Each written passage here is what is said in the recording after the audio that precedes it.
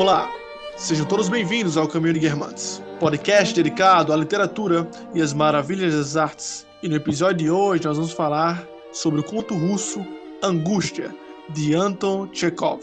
Eu sou Joelson Matias e uma neve úmida em grandes flocos, remoída preguiçosa junto aos lampiões recém-acesos, cobrindo com uma camada fina e macia os telhados das casas. Olhem que fazeria. Oi, eu sou José Guilherme e muitas vezes somos cocheiros, mas muito mais vezes somos passageiros. Oi, meu nome é Karen e hoje nós vamos falar sobre um homem que teve que afogar na própria angústia as suas lágrimas silenciosas. Oi, aqui é Hector e hoje é dia de conversar com o pé de pano. Cara, quebrando total o clima aqui. Meu Deus, essa foi boa. Foda. Isso aí é podcast, né?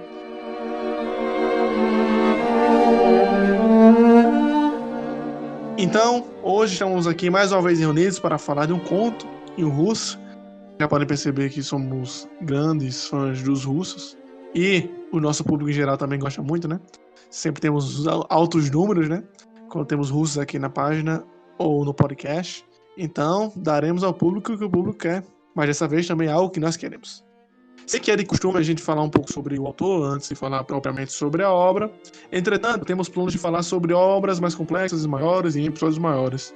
Então vamos deixar isso para depois. Basta saber que é um conto da literatura russa e que, sabendo disso, nós já imaginamos que há toda essa questão do ethos russo, ou seja, do clima russo, das questões sociais da Rússia do século XIX, algo que já nos é bem familiar.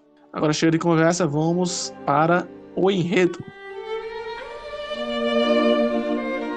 Como o Joelson já bem disse aqui, nós já começamos a história vendo todo o clima russo, né? Da neve e tudo já meio melancólico.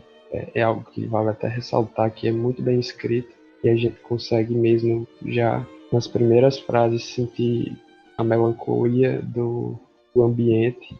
E a gente tem o personagem principal, né?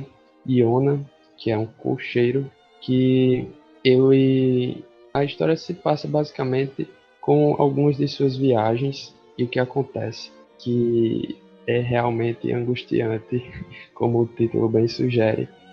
São cenas que fazem a gente pensar muito sobre o trato que a gente tem com os outros e que, como eu bem disse, a gente pode ter tanto de um lado como cocheiro como de passageiro.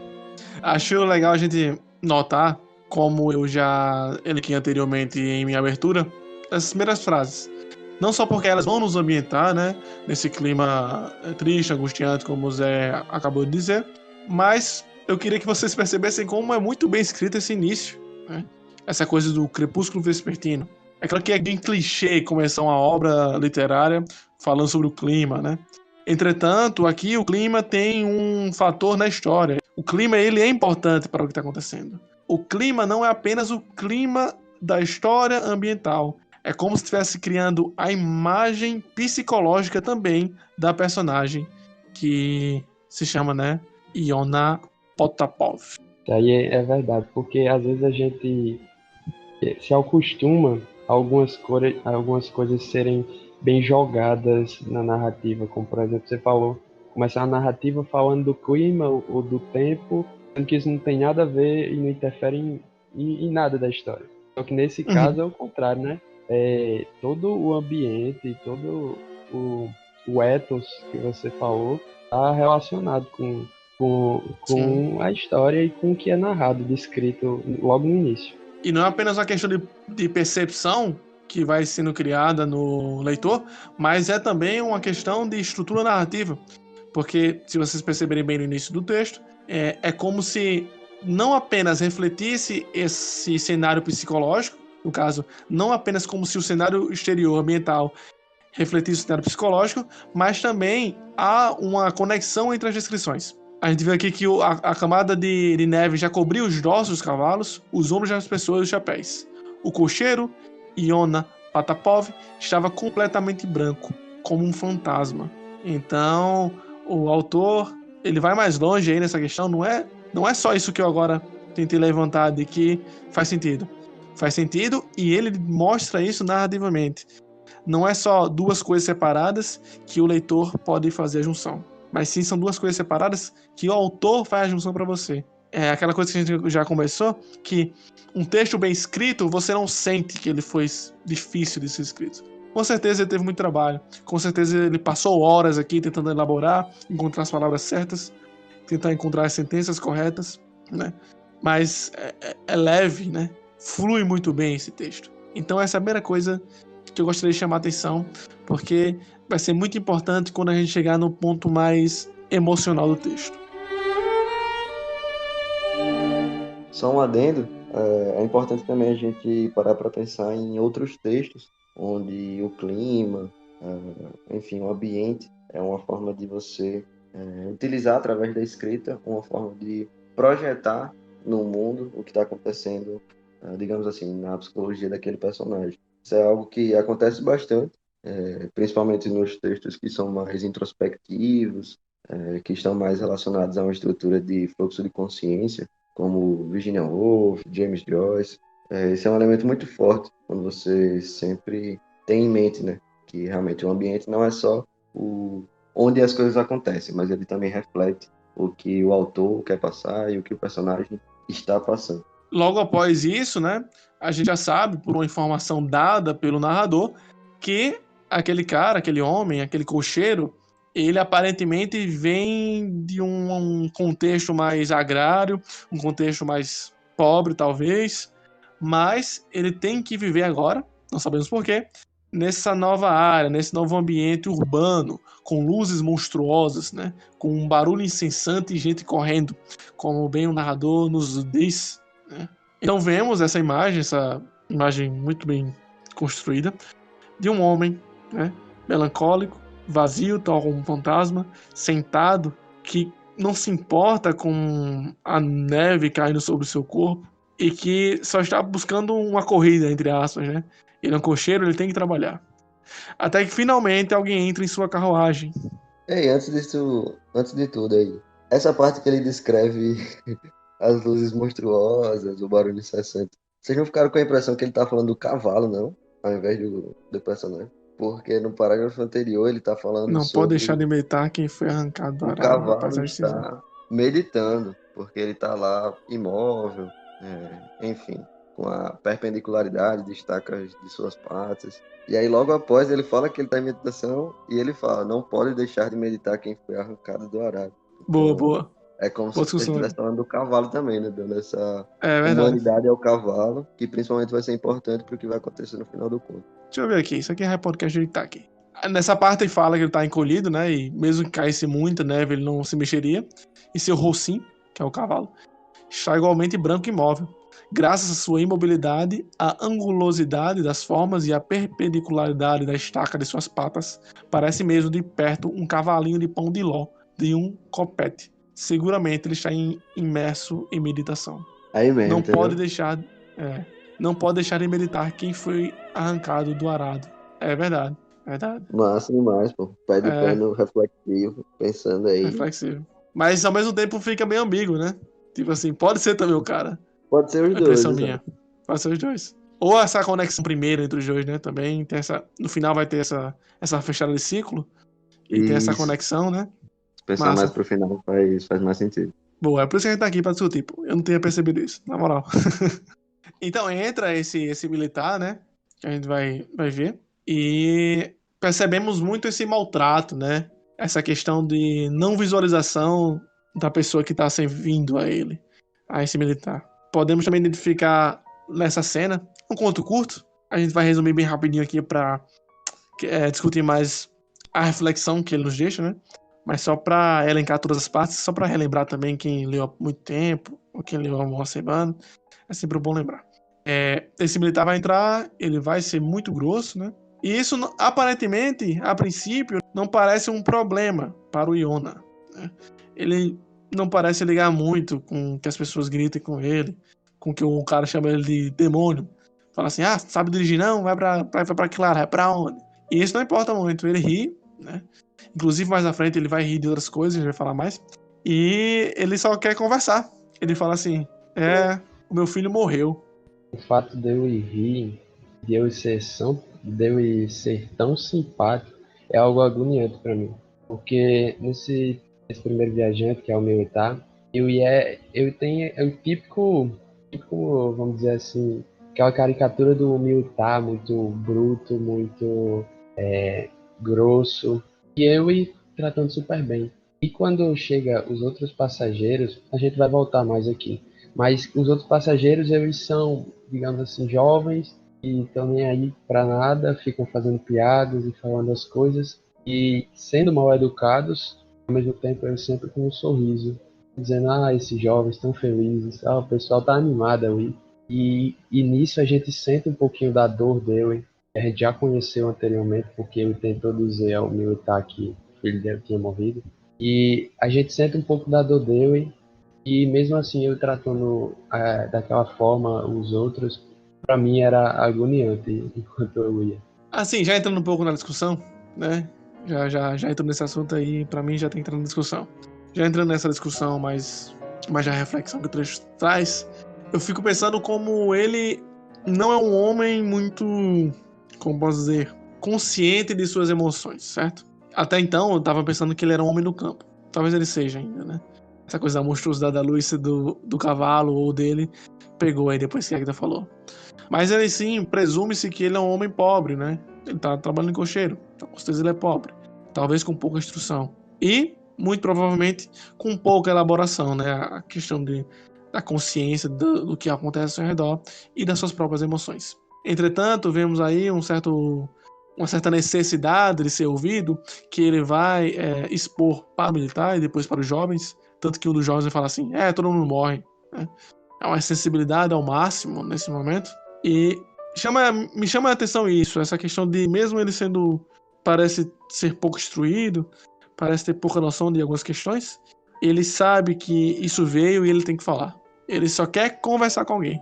Ele só quer exteriorizar todas aquelas questões não elaboradas dentro dele. Lá no final, o narrador, ele diz algo que bate com o que Joel está dizendo. Que nos últimos parágrafos ele faz um comentário mais ou menos assim. Vai fazer uma semana que lhe morreu o filho e ele ainda não conversou direito com ninguém sobre aquilo. É preciso falar com método, lentamente. É preciso contar como o filho adoeceu, como padeceu, o que disse antes de morrer e como morreu. É preciso descrever o enterro e a ida ao hospital para buscar a roupa do defunto. E é justamente isso, essa necessidade. É como se ele precisasse daquilo.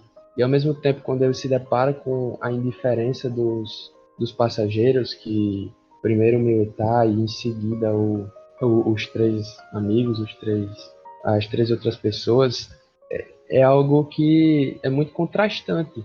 Pelo menos para mim fica muito sem impressão. Sim, mas percebam que ele não se incomoda com o fato de que eles não querem ouvir ou se sente humilhado por isso. Tem uma parte que ele fala que ele sente solidão. Não é uma questão de ego, sabe? Não é uma questão de eu não sou visto. É claro que a solidão se relaciona com isso, mas não é só isso, sabe? A necessidade, né? A demanda é realmente da fala e de que alguém o ouça. Algo mais genuíno, parece para mim. Isso. Questão de centro de atenções, como você disse. Exato. Ele não fica triste, porque o cara falou isso do meu filho que morreu. Ele não tá nem aí pra isso, de toda forma. Ele tá tão triste que a única coisa que ele consegue sentir próximo ao outro é a solidão, pois ele não consegue falar sobre aquilo que ele tanto quer falar. E dessa vez, nem é uma questão de incapacidade de falar como se ele fosse um homem de intelecto hipertrofiado. Este não é o caso. Ele quer falar, só que na sociedade, com luzes monstruosas no dia a dia, da correria e pessoas que não param de gritar e falar, ninguém o quis ouvir. E desde o início o autor parece aproximar a ideia do cocheiro com a ideia do cavalo. Então ele parece aproximar a realidade dos dois, às vezes fazendo comparação. Tem uma cena aqui que o cocheiro faz um movimento e logo em seguida o cavalo faz exatamente a mesma coisa. Então, não sei, talvez já é um prenúncio daquilo que vai acontecer no final, essa identificação que ele tem de alguma forma com aquele animal, por falta de opção, mas também uma crítica, talvez. Não sei se dá para dizer que é uma crítica, mas é uma comparação triste mesmo, entre um homem e um animal. a realidade baixa de um animal e como que o homem estava perto daquilo. Ele estava Sim. miserável a ponto de poder ser comparado a um animal. Uhum. Pode crer.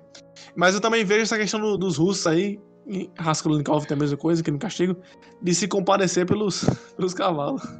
Né? Tem aquela cena do sonho, né? Ah, é verdade, verdade. Então Porque tinha parece que. muito também, né? Era Aham. algo que fazia parte do cotidiano deles. Só que eles eram meramente instrumentos, né? Eram instrumentais para aquela sociedade. Inclusive, é muito engraçado. Eu não sabia exatamente como era o conto, apesar de ter sugerido ele. É engraçado a gente estar falando sobre ele, porque na outra gravação do podcast, quando já acabou a gravação e tal, a gente ficou conversando, e eu tava falando com o Zé Guilherme sobre o conceito de Kant, né? Que tá lá no imperativo categórico sobre a dignidade do ser humano, que é o de tomar o homem como um fim em si mesmo. A gente estava falando sobre algumas interpretações que tem de que algumas pessoas podem achar que tomar o homem ou a pessoa como um fim em si mesmo é tomá-la como independente de qualquer transcendência. Sendo que, quando Kant desenvolveu isso aí no Fundamentos da Metafísica dos Costumes, ele estava querendo dizer que o homem, a pessoa, não pode ser considerado um instrumento. Ela é o fim em si mesmo. Quando você vai conversar com alguém, você tem que conversar com uma pessoa. Inclusive, se você necessita que uma pessoa lhe preste serviços, ainda é uma pessoa ali. Apesar de ela estar ali só para ser o seu cocheiro, você tem que entender que há uma pessoa ali por trás. Ela é um fim em si mesmo e não um instrumento. O papel instrumental que o cavalo tem para a sociedade russa aí nesse contexto parece ser o mesmo papel que aquele homem tem, apenas instrumental. Que leva alguém de um lugar ao outro, e se não falar nada, melhor ainda. Isso. Quando você tá andando de Uber aí, ó, que não quer que o Uber fale, pô. Aí, ó. Pensei muito nisso. Pensei muito, porque naquela realidade, naquela sociedade, eram os cocheiros. A gente são os motoristas de Uber, os taxistas. Isso. Taxista é quase não, né? Mas essas pessoas. O motorista de ônibus, quando a gente entra e não dá nem um bom dia, cobrador, que a gente não sequer olha. Cobrador quase não existe mais, mas enfim. Porque é sempre possível a gente se reposicionar e conseguir encaixar essa situação no nosso dia a dia, no nosso contexto. Porque a gente não está no frio da Rússia, com cocheiros e todo esse clima melancólico, mas a indiferença é algo universal. Aquela situação é algo universal. Por isso que eu gostei do conto, porque fez-me pensar sobre muito sobre esse tipo de situação. Ei, man, a gente só discute aqui sobre coisa universal, pô. Tem literatura não universal Tem aqui, critério, né? Tem critério. vai ser bagunça. É por isso que a Hector não pode sugerir livro aqui. Vem com as conversas Saramago pra cá. Não sai sobre a cegueira já.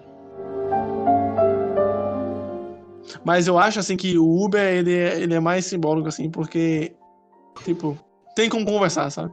Eu normalmente não converso, não converso com o Uber quando eu tô acompanhado. Mas tem umas conversas interessantes, às vezes, quando tá só eu e o Uber, assim, né? É sempre bom você conversar com aquela pessoa que tá ali. Às vezes você tem até uma experiência legal.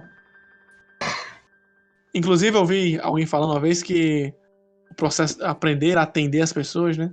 Começa você conversando com um farmacêutico, conversando com qualquer pessoa, conversando com a senhorinha que tá precisando de ajuda, né? Então esse tato humano que você vai ter, supostamente precisa ter, para o fazer clínico, no caso da gente que tá no meio da psicologia, é bem importante. E isso também fez muito pensar sobre essa coisa da escuta, da psicologia, e sobre a necessidade de escuta. Mas eu falo depois sobre isso. Uma vez eu peguei o Uber, aí como ele começou a puxar assunto, eu perguntei se ele era da igreja. Porque ele tinha uma voz de pregador, sabe? E era Aí ele pastor. falou, não, ele era pregador, só que ele saiu, se afastou da igreja. Ah, interessante. Esse homem conseguiu perceber isso, né? Não é? E ainda perguntou? Que cara de pau. Observador, viu? Ele tava puxando assunto aí. Mas não entendi aí por que você acha que é mais simbólico o Uber do que o cocheiro. Não, cocheiro, não do que o cocheiro, do que o motorista de ônibus. Porque o motorista de ônibus, você não dá pra conversar com ele. Não é o cocheiro, não. Tipo, o cocheiro é o equivalente ao Uber pra gente hoje. Entendeu? Tipo, atendimento do mercado, não dá pra você puxar um assunto com a pessoa. Dá pra ser Porque uma pessoa legal, né? o cocheiro ficava bem atrás de você, assim, de costas, não é? Isso. Na frente, no caso. Não, pode ficar na frente. Na Na frente. Não, não sei não. Tem umas imagens que mostram alguém de costas pro cocheiro e alguém de frente pra essa pessoa de costas, entendeu? Ah, E na tá. carroça, digamos assim, você pode sentar um de frente pro outro, Sim, entendeu? sim, é pro outro lado também, verdade. Mas eu acho que a pessoa Nunca. prefere ficar sentado voltada no sentido da carruagem, né? Não Eu, pelo sei, menos, acho muito estranho ficar de costas. mas se a pessoa vê aquilo como um simples instrumento, ela nem se importa em estar olhando pra Não, pessoa da mas, por frente. exemplo, na cena, eu me lembro que o militar fala alguma coisa do caminho, né? Alguém passa no caminho, alguma coisa assim. Então, dá a ideia que ele tá olhando Tá olhando, é. no É. sentido da Mas, carruagem. mas tem essa opção sim de sentar do lado, sabe? Em algumas carruagens Não, antigas aí. isso é verdade. É. Aí, como ele fez isso em cada canto, não. Inclusive, se ele tivesse colocado isso, teria sido muito chato. Mas é interessante também pensar sobre isso. Sobre a disposição que a pessoa fica, né? Porque assim, se você tá no Uber, você tá atrás, por exemplo. Onde chegou a conversa aqui? Se você tá no Uber, você tá atrás. Então, se a pessoa olhar pra trás, né, o motorista, então ele tá olhando pra você. Você não pode ficar de costa, ou seja, você não pode renegar aquela pessoa. Tipo, vai haver Não o dá pra contato. fugir. Isso. É tanto Sim, que um dos jovens lá que entra na carruagem, eles ficam batendo, pô, nas costas dele, no pescoço dele. Uhum. Mano, otário. verdade. E além dos insultos para o cocheiro, ainda tem umas brigas muito idiotas. Então, assim, tem uma parte aí que entra 3 jovens e o menor deles era um corcunda. E eles começam a brigar para ver quem é que vai sentar e quem é que vai ficar de pé. E aí o conto descreve, na verdade, o tempo todo, todos os passageiros são muito mesquinhos, muito baixos, com preocupações muito. Entende?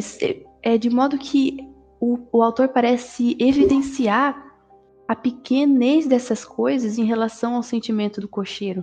Então, qualquer coisa que acontecesse ali seria menor do que a angústia do cocheiro e a necessidade que o cocheiro tinha de falar.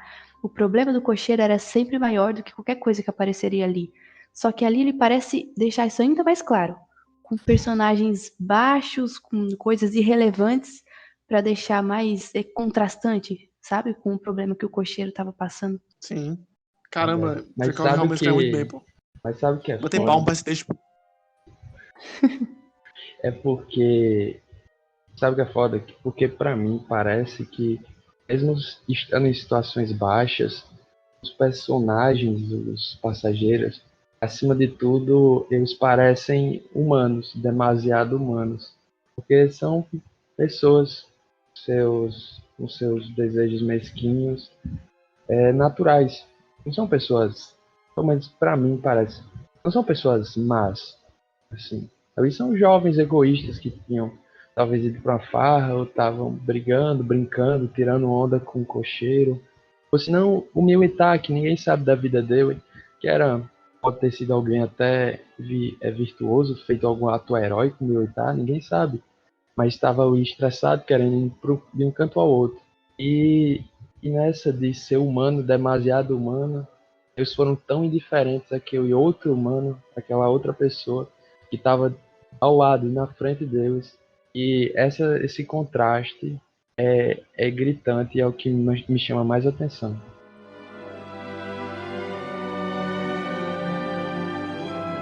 Eu acho que eu já falei isso no podcast. Se falei, vou falar de novo. Que eu tava vendo o status do Vitor Salles, né? Professor Vitor Salles. Professor de Direito e Filosofia de Direito. Um homem admirável. Quem não segue ele, siga ele aí no Instagram. É muito bom, tem muita coisa boa. Tem muita live boa. E ele também tem um curso muito massa. A gente mal recomenda, né? Essas coisas pro pessoal, pro ouvinte. Tem um curso dele que o nome é... Como é o nome mesmo? Dialético. Dialético, isso. Dialético. Tem muita coisa no YouTube também, muito vídeo. Esse é por lá, Tem né? o... Sim, também.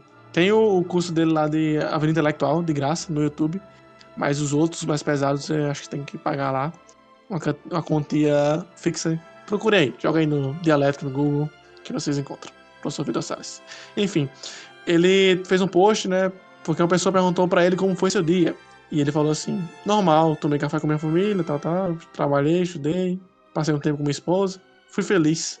E ele fala assim depois: afinal, quando ser feliz se não na vida cotidiana? Qual momento você vai ser feliz se não no dia a dia? Só nesse dia que está no horizonte, inalcançável.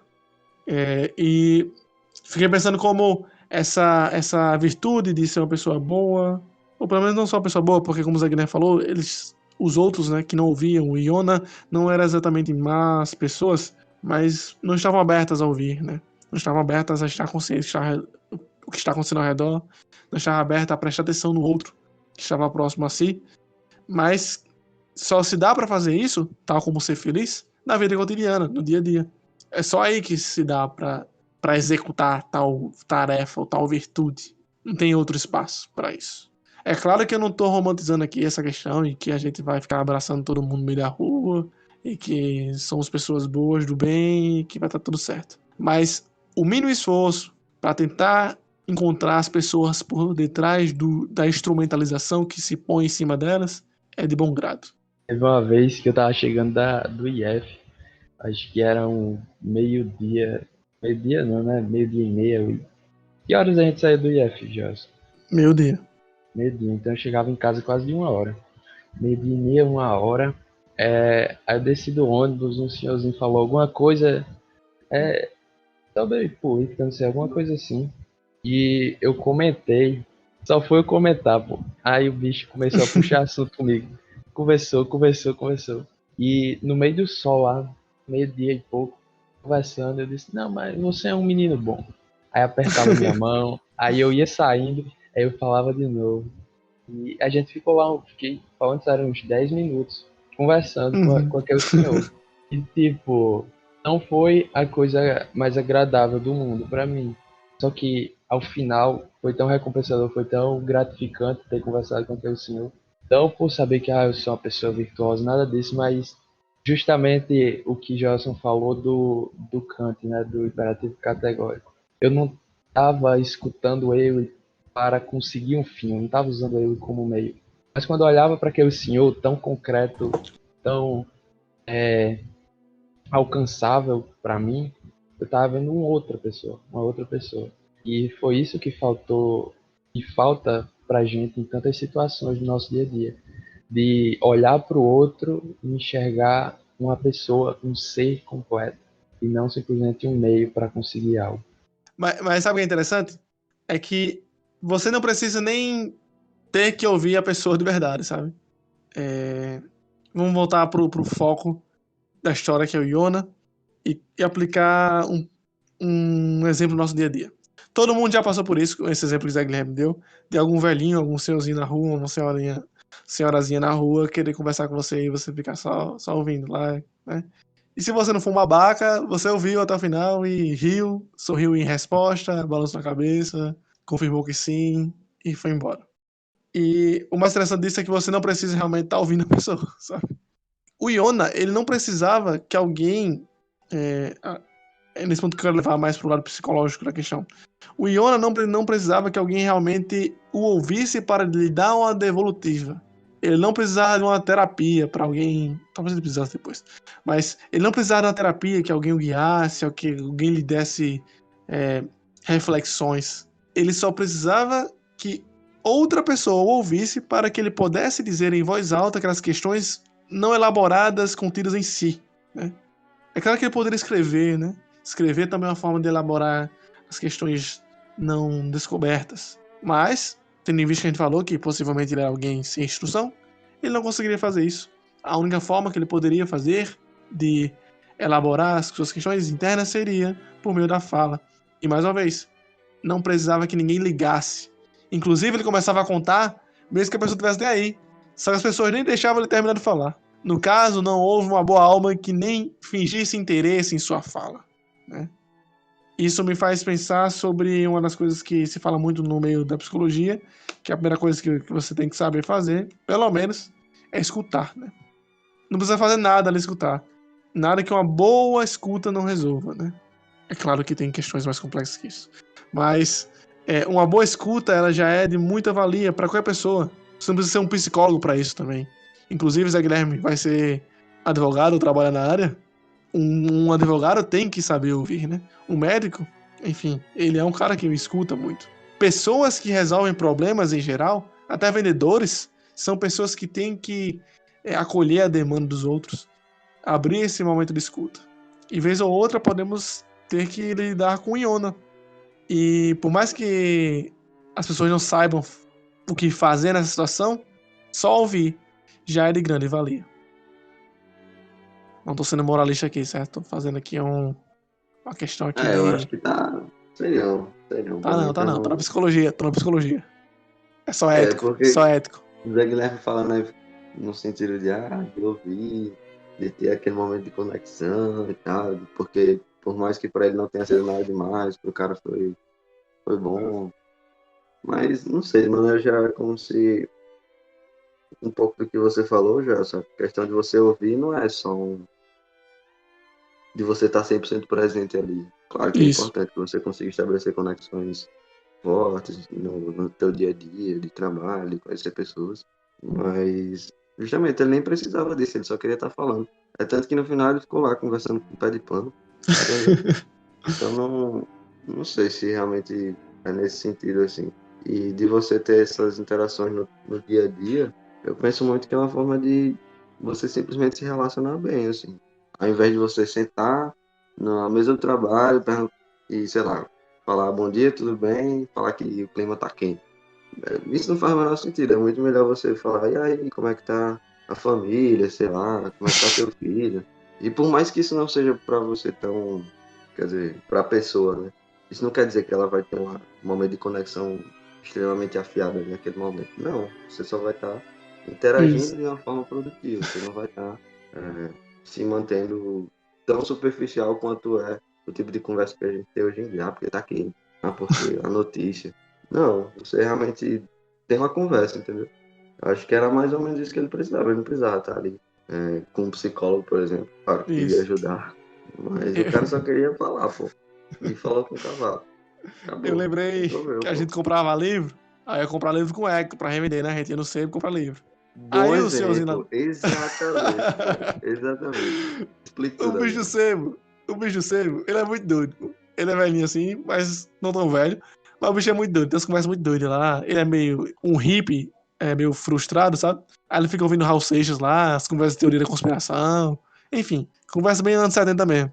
Aí o bicho começa a conversa lá, totalmente aleatória. Aí Hector, homem, deixa em guerra. Aí começar. Aí o bicho falando, pois é, não sei o que lá, os armamentos, não sei quem comprou, não sei quanto de armamento aí, a sabedoria milenar, não sei o quê. Aí ele começar a falar, Exatamente. sabia que dá pra ler o livro só por cima assim? Você só passa o olho por cima assim, ó. O cérebro ele é muito forte, ele é muito potente, irmãozinho. O nome do cérebro dele é irmãozinho. Olha a propaganda aí. Fala, cérebro muito potente, irmãozinho. Você tem que olhar assim por cima. Falando nisso, nesse dia eu fui lá, comprei até um livro. Aí ele começou a falar, ó, esse livro aqui, eu perguntei, tem livro de psicologia? Aí ele falou, esse livro aqui é muito bom. Aí trouxe um livro de desmanchar lá. Aí falou, esse livro aqui, ó, é forte, é que nem um celular, assim, tem um código, não sei o que lá. Mas isso aqui não vende pra todo mundo, não, é só pra quem é iniciado. Teve uma vez um cara que trabalhou aqui que não era iniciado, ficou doido, viu? Mas tá certo. Fui lá ouvindo, né? Meu Deus, Nesse tô rindo momento, muito aqui, cara. nesse Eu momento eu envio fico que pensando, Joelson era iniciado. Eu envio que Joelson era iniciado nas artes milenares. Dos orixás. você falando isso, eu fico pensando que eu tô mais pro lado dos garotos que ficaram tirando onda com o velhinho, pô. Porque quando Pois eu ia é. interagir com ele começava a explicar umas coisas, o irmãozinho falando lá.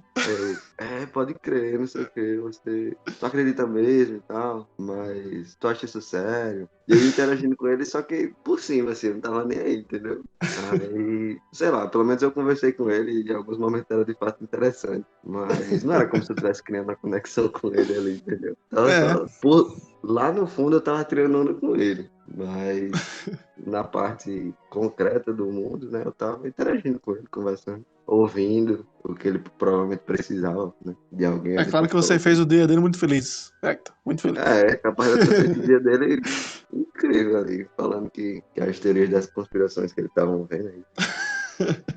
A gente tem que ir lá depois. Sei que lá. Eu acho que a gente não pode também ser ingênuo ou otimista demais a ponto de pensar que isso é normal ou que isso é corriqueiro, digamos assim. Você ter esse tipo de conexão, você Uhum. conseguir se abrir à conversa do outro. Porque, pra falar a verdade, na vida real, não é assim que acontece. Num centro da cidade, numa rua, quando você tá com seus compromissos, o cara tá fazendo o trabalho dele, é muito raro que esse tipo de momento aconteça. É até estranho, aliás, que com um estranho, sei lá, você comece a fazer esse tipo de pergunta que às vezes pode parecer muito pessoal, não é uma coisa que qualquer pessoa aceita de bom grado. Às vezes é pouco polido fazer certos tipos de pergunta e ir para certas regiões assim de conversa.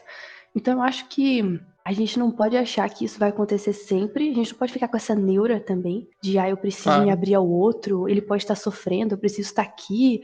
Sabe, ninguém é psicólogo assim 24 horas por dia. Eu acho que o importante de tudo é a gente ser aberto, é a gente ser sensível a esse tipo de coisa, de modo que ao primeiro sinal de necessidade daquela pessoa, você consiga corresponder a isso, você consiga enxergar isso, perceber a necessidade da pessoa e estar disposto a ouvi-la, entendeu? Mas são momentos raríssimos, são Isso, encontros assim que acontecem de forma natural e não forçada. Porque isso. Perfeito. disso tudo a gente sabe, né? Tudo isso que a gente tá falando aqui, a gente sabe que esse é o ideal. De você se relacionar bem com as pessoas, de você ter conversas profundas e não ficar na superfície, a gente sabe disso. Mas a gente esquece disso. Na vida real, a Uhum. gente não lembra disso. Então, o importante é você ter isso em mente, né? Ter isso no coração, de certa forma, internalizado a ponto de ter esse olhar sensível para esse tipo de situação, né? Mas eu acho Uhum. interessante como a cidade parece que inibe muitas dessas nossas ações, porque é como se a ideia de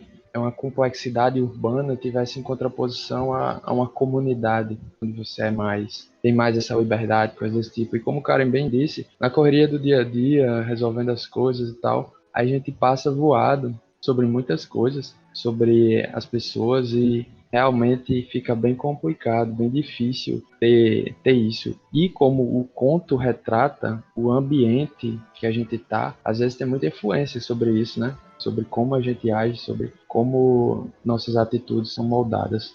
Mas eu fiquei pensando uma coisa que, não sei se é só comigo, viu? Mas na cidade eu vejo. Acontece muito esse tipo de coisa comigo. Quando eu tô no centro. Já ouvi muito, meu Deus do céu, já ouvi muito. Já ouvi Você muito o tem um bicho imã. que vende É, salgado. Todo dia eu escutava o cara que vende salgado contando a história dele. sim, Todo... sim. Eu não sei, mas eu acho que é real isso aí, sabe? Talvez você, sei lá, a pessoa pode se sentir confiante a ponto de compartilhar algumas coisas com você, ou então isso pode ser neura nossa, porque isso é uma coisa que eu percebo e que minha mãe também vive falando. Ela, nossa, toda vez que ela vai em alguma consulta, alguma coisa assim, porque o hospital é um lugar perfeito para ter esse tipo de conversa. É verdade. Ela sentada lá na sala e do nada alguém do lado dela começa a conversar. Então acho que sim, depende muito talvez, sei lá, algum carisma, a sua personalidade, a sua aparência, de alguma forma pode ser convidativa para essa conversa, sabe? Pois estou fazendo errado, então, porque a maior parte do tempo eu tento ser o mais introspectivo possível e o povo Joelson falar tem comigo. cara do amigo do coleguinha, né? É isso que eu vendo, é? Amiguinho. Obrigado, bom É isso saber. que eu tô dizendo. Bom saber. Porque às vezes o cara conversa. No Uber já aconteceu, de eu não querer conversar e o cara fica puxando assunto. Aleatório assim, tá ligado? E pensei, caramba, achei que eu tinha Ah, cara de mais velho, chato assim. o Uber é o melhor canto pô, pra você conversar qualquer coisa. Eu nunca Na fico, velho, verdade calado é no barbeiro. no No Melhor barbeiro. tempo pra conversar é no É no barbeiro. barbeiro, quando você tá no Soul, né? Falando sobre como você queria ser. O barbeiro queria ser veterinário e virou barbeiro. Aí você tem uma conexão profunda ali no meio do dia a dia. Tudo. É bom pros dois, né? Assim, Hector reclamou do moralismo, eu sei que às vezes fica meio pedante, a gente falando as coisas assim, mas a gente fugiu do assunto e eu não acho isso exatamente ruim. Porque no final, do que serve a literatura se não pra ação, né? Do que serve a leitura se não pra vida prática. Eu tava lendo hoje o Lição Vito, o Didascalicon, e eu fiquei pensando muito sobre isso, que ele bate muito nessa tecla. Que ele fala assim, a leitura são pros iniciantes. É claro que a gente nunca tem que parar de ler, mas a finalidade da leitura é pôr em prática. É pôr em ação mesmo, né? É pra isso que serve o que a gente tá fazendo aqui. Acho que não, velho. Como não? Pra que Não, a serviria a leitura, literatura não é se não só for? pra finalidade prática, não. Não, é claro que não tô dizendo que a literatura é utilitária, mas que a leitura barra literatura também faz parte, mas que, por exemplo, da filosofia, no final, não tem um intuito apenas idealista. Como é que eu vou dar conta da minha circunstância aí, a lá Ortega y Gasset mais uma vez, se não for por meio da reflexão, muitas vezes tirado da leitura, e posto em prática? Porque é muito fácil falar quando a gente tá falando de clássicos e, enfim, filosofia. Mas sei lá, tu lê bastante ficção e nem por isso tem uma finalidade prática, entendeu? Eu parei de ler ficção. Por isso Hector que tá tá falando crescendo isso aí moralismo. porque ele dormiu no episódio sobre imaginário, pô. O episódio foi sobre É isso. verdade, né? É claro que Isso é bom. mas é bom pontuar isso aqui. Mais uma vez, é claro que não tem a arte, ela não tem uma finalidade utilitária, mais uma vez aqui. Mas, como a gente falou na imaginação sobre a construção do imaginário, normalmente a boa arte e a boa literatura, ela sempre vai ter um bom direcionamento. Seja na sua construção de arcabouço, pois, por meio da literatura, seja Harry Potter, o adolescente que está lendo, ele consegue construir um certo arcabouço que vai lhe ajudar, né? Mesmo que seja aprendendo as situações da vida ou pegando modelos de situações para que quando ele possa viver, consiga aplicar ou tenha algum norte, alguma coisa sabe? Mas é porque se você parar e ficar nesse caminho, em algum momento vai chegar que é certo fazer isso e é errado fazer isso. Eu acho que a literatura não faz sentido você É certo estabelecer fazer esse isso, critério, entendeu? Não, como diria Tipo, Rodrigo Gel, a literatura não é catequese. Só que algum direcionamento nos dá, né? E sim, não algum direcionamento ela dá, com certeza. Assim, como a gente sempre fala, e a gente tem um episódio lá do A Condição os Humana arquétipos. específico só sobre isso. Os arquétipos, Mas, porra. enfim, tipo, se você parar pra pensar assim, porque o cara pode ter lido muita coisa e ele ter aproveitado o lado artístico daquilo sem necessariamente seguir para um lado moral, da filosofia por si só, entendeu? Mas o aproveitar o lado artístico tem uma finalidade prática. Seja a produção artística ou o ensino artístico. Aprender para aprender, para quem Você aprender. aproveitar o lado artístico de uma obra pode ser simplesmente para o seu bem-estar, não é uma finalidade prática para a sociedade, entendeu? Pode ser para o seu bem-estar.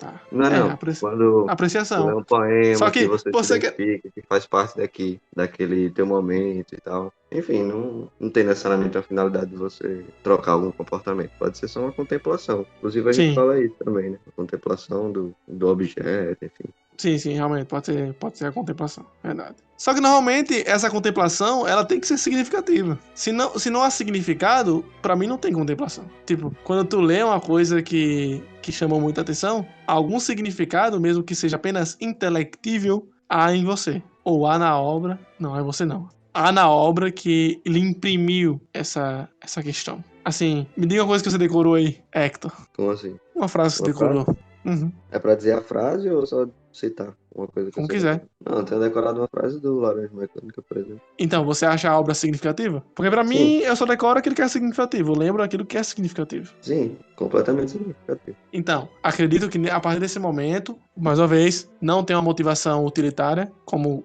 a gente tenta botar em tudo, né? Não é esse o meu intuito aqui. Mas, pelo menos um significado tem, sabe? E isso faz parte do imaginário também.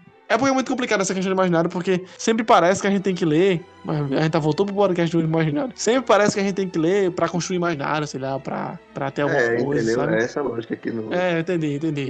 Não Mas... assim. É verdade. Realmente a gente cai nisso. Inclusive, eu tava falando que pela primeira vez eu pude, com quase propriedade, discordar de Guilherme Freire.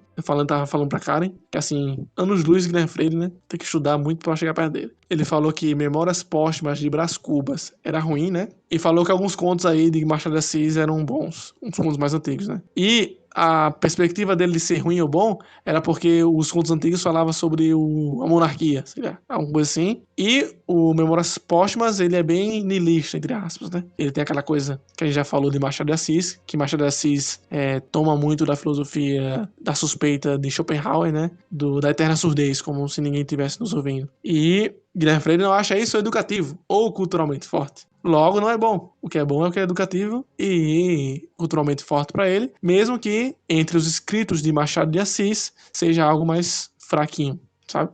E eu fiquei pensando nisso, velho, realmente. Às vezes a gente cai muito nisso de construir imaginário e tal. Mas eu ainda sustento, Hector, que mesmo que haja contemplação, há na contemplação um significado. Você tem que entrar na transcender, pô, o transpessoal, pô. Você tem que estar ligado. Por aí, assim, por aí. Eu acho que a contemplação ela pode ser muito muito diversa. Você pode simplesmente se identificar com algo, você pode perceber o quanto que aquilo é valoroso em termos de, enfim, sei lá, o esforço que um escultor teve para fazer um busto, por exemplo. Você pode contemplar aquilo simplesmente pelo fato de que aquilo provavelmente foi muito difícil fazer e que alguém teve o talento para fazer. Isso para mim já é uma forma de contemplação, entendeu? Sim. E eu não Mas tiro. também não é só prazer. É uma contemplação, não é um prazer. Isso. E aí, a Porque, partir disso, eu não tiro nenhuma finalidade, entendeu? Mas foi só esse adendo aí. Porque eu acho que muitas vezes quando a gente fala, fica essa impressão mesmo, entendeu? Aí é sim, é bom a verdade. gente. Verdade. Você deveria ter falado isso no podcast sobre o imaginário, né? Você tava dormindo? Mas aí eu tava. Não estava Tá. participando. Pauta altamente aleatória aqui. Vamos pro próximo tópico.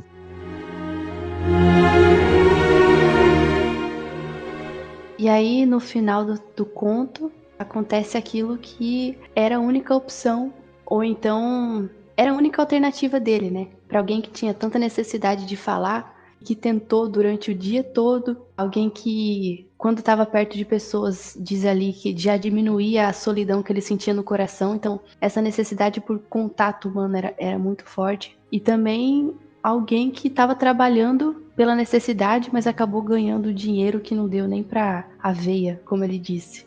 E aí, no final de tudo, ele acaba conversando com o cavalo, que é aquele a quem ele foi comparado durante o conto todo, e era o único disponível ali para escutá-la. A princípio parece até meio bizarro, porque é um homem velho, cansado do serviço, conversando com o cavalo, mas o fato é que é angustiante a certo ponto, porque você passa o conto inteiro sentindo essa necessidade que ele tinha e vendo essa falta de resposta, e de modo que faz sentido no final. Ele conversar com... Não é conversar com o cavalo, né? Ele abre o coração, ele conta finalmente aquilo que ele estava guardando o tempo todo, e o cavalo responde com, sei lá, respirando ou espirrando na mão do... E ele entende aquilo como um retorno, e ele descansa, finalmente, né? Sim. É como se fosse só o que ele precisava, aquele estímulo, né? Do ser vivo ouvindo. Um pouquinho antes do finalzinho do conto,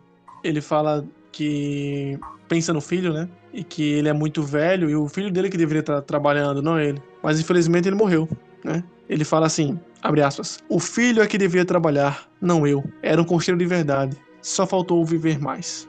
Essa coisa do só faltou viver mais me lembrou uma questão que quando eu estava fazendo curso de psicologia hospitalar, a gente estava tendo uma aula especificamente sobre endocrinologia e para crianças, né, em crianças no caso, tinha esse ponto bem marcante de que, no geral, crianças com câncer são situações complicadas para os pais, porque o natural é que os pais morram antes dos filhos, ou seja, não está no ciclo natural das coisas, os filhos morrerem antes dos pais. E parece que há aí um tipo diferente de angústia, né? É a mesma angústia que se fala nas guerras, né? Se não me engano foi Churchill que falou que em tempos de paz os filhos enterram os pais, e em tempos de guerra os pais enterram os filhos. Mais uma vez, uma narrativa universal, não somente a questão dele não ser ouvido, que é uma questão do nosso dia a dia e que vai sempre estar com a humanidade, mas também a questão da perda do filho, né? E de como isso é diferente. Então foi isso. A gente já conversou demais aqui sobre esse conto. Até a próxima semana com mais um livro ou mais um tema e muito mais literatura.